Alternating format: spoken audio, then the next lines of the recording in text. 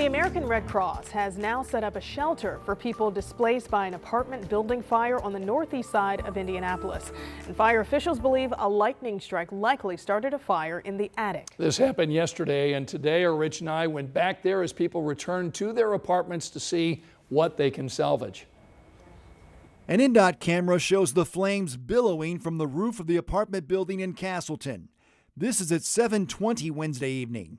Firefighters had already been on the scene for a half hour, responding to a fire apparently started by a lightning strike. I felt it. It was like the house shook, and I'm just like, oh my God. But it happened one time, so I'm thinking like, okay, everything's just gonna be cool. It's gonna go back to raining, but it was just like, wow. The fire was not in her building, but she saw the smoke and flames as firefighters needed an hour and a half to bring the fire under control.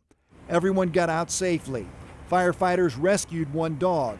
One firefighter suffered a minor injury. 35 people were displaced.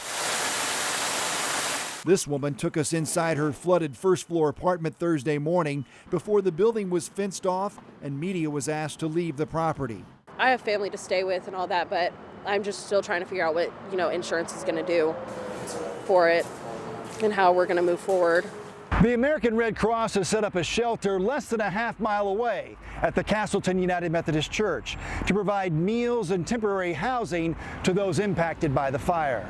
First and foremost, it's the emotions, everything that goes through your head. So something that our Red Cross responders always try to, reference when we're talking with people impacted by fires is use a notebook, use something to write down your thoughts, because so many things like insurance, where we're going to stay, where we're going to eat, what about the kids, the dogs, things like that, it's rapid fires. The Red Cross says a few people stayed at the church overnight.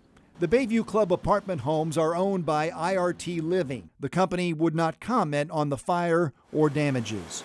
In Indianapolis, Rich Nye, 13 News. So anyone that was impacted by that fire can find assistance at the American Red Cross shelter. Again, that's at Castleton United Methodist Church at 71st and Shadeland Avenue.